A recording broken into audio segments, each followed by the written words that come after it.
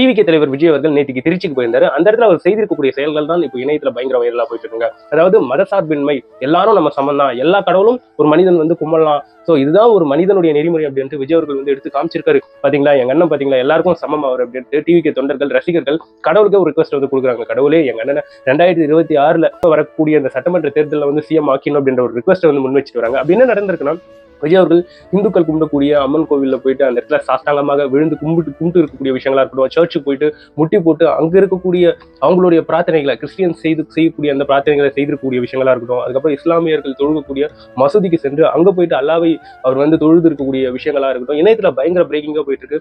So பிறப்போக்கும் எல்லா உயிருக்கும் அப்படின்ட்டு அவருடைய கட்சியில இந்த வசனத்தை எப்ப பார்த்தாலும் சொல்லிட்டு இருப்பாங்க. அதற்கேற்பதான் விஜய் அவர்கள் வந்து நடந்துகிட்டு இருக்காரு. அதே சமயத்துல சில விமர்சனங்களையும் முன் வச்சு வராங்க. இப்போ சினிமா ஃபீல்ட்ல இருக்கக்கூடிய பிரகாஷ் ராஜ் அவர்களா இருக்கட்டும், சத்யராஜ் அவர்களா இருக்கட்டும், ஸோ இவங்க எல்லாம் கடுமையாக விஜய் அவர்களை வந்து இப்போ விமர்சிச்சுட்டு வராங்க. வரக்கூடிய சட்டமன்ற தேர்தலை ஒட்டி டிஎம்கேக்கு ஆதரவாக இவங்க வந்து விஜய் அவர்களை வந்து விமர்சிச்சுட்டு வராங்க. ஸோ இவங்களை எதிர்த்து டிவிகே தொண்டர்கள் ரசிகர்கள் பல பதிவுகளை வந்து போட்டுட்டு வராங்க. இதே மாதிரி தான் விஜயகாந்த் அவர்களை எதிர்த்து வடிவேலு அவர்களை வந்து இறக்குனீங்க. ஸோ ஒரு நல்ல மனுஷன், ஸோ அடுத்த ஒரு எம்ஜிஆர் அப்படின்னு சொல்லப்படக்கூடிய விஜயகாந்த் அவர்களையே ஒரு மாதிரி ஆக்கிட்டீங்க.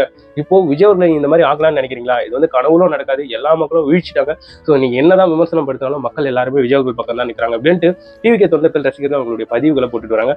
இன்னொரு பக்கம் வந்து டிவிகே தலைவர் விஜய் அவர்கள் வந்து கூடிய சீக்கிரத்தில் வந்து டிவியில வந்து பேட்டி கொடுக்க போறாரு. தமிழ் டிவி அப்படின்னு சொல்லப்பட்டு வந்துகிட்டு இருக்கு. அதே சமயத்துல ஒரு பொதுவான நபர், ஒரு பொதுவான ஒரு ஆங்கர் தான் அந்த கொஸ்டின்ஸ் வந்து முன்வைக்க போறாங்க. அதற்கு வந்து விஜய் அவர்கள் வந்து ஆன்சர் பண்ண போறாரு. இது வரைக்கும் விஜய் அவர்கள் எந்த ஒரு பிரஸ் மீட்டும் கொடுக்கல, எந்த இஷ்யூஸ் ஆனதும் பிரஸ் மீட்டை பார்த்து அவர் பேசல. அவர் அந்த மாதிரி பிரஸ் மீட் கொடுத்தா நல்லா இருக்கும். அதே சமயத்தில் விஜய் அவர்கள் தரப்புல இருந்து இந்த மாதிரி பிரஸ் மீட் கொடுக்கும்போது தேவையில்லாத கேள்விகள் எல்லாம் கேட்பாங்க. அது வந்து ஒரு அன்வான்டான ஒரு நெகட்டிவா தான் ப்ரொஜெக்ட் பண்ணும். அதனால தான் விஜய் அவர்கள் வந்து பிரஸ் மீட் எல்லாம் கொடுக்க மாட்டாரு. பட் ஆதவ அர்ஜுனா அவர்கள் சைட்ல இருந்து கூட ரீசெண்டா சொல்லியிருக்காங்க, கூடிய வரையில விஜய் அவர்கள் வந்து இந்த மாதிரி ஒரு தனியார் டிவிக்கு வந்து ஒரு பேட்டி வந்து கொடுக்க போறாரு.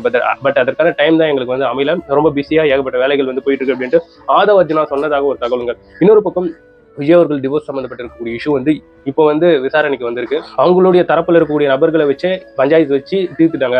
ஸோ விஜய் அவர்கள் கிட்ட சங்கீதா அவர்கள் வந்து 250 கோடி வந்து டிமாண்ட் பண்ணியிருந்தாங்க. ஆனா விஜய் அவர்கள் வந்து வெறும் 35 கோடி சம்திங் கொடுத்துட்டு ஸோ குழந்தைகளை வந்து நான் பாத்துக்கிறேன் அப்படின்ட்டு இந்த விஷயம் வந்து சுமூகமாக முடிஞ்சிருக்கு. சங்கீதா அவர்களும் இதை வந்து பெருசுபடுத்தல அப்படின்ற மாதிரியான இந்த செய்திகள் வந்து சோசியல் மீடியாவில் வந்து உலாவிட்டு இருக்குங்க. இதை பற்றி நீங்க என்ன நினைக்கிறீங்கன்றது என்னோட கமெண்ட் செக்ஷன்ல பதிவு பண்ணுங்க.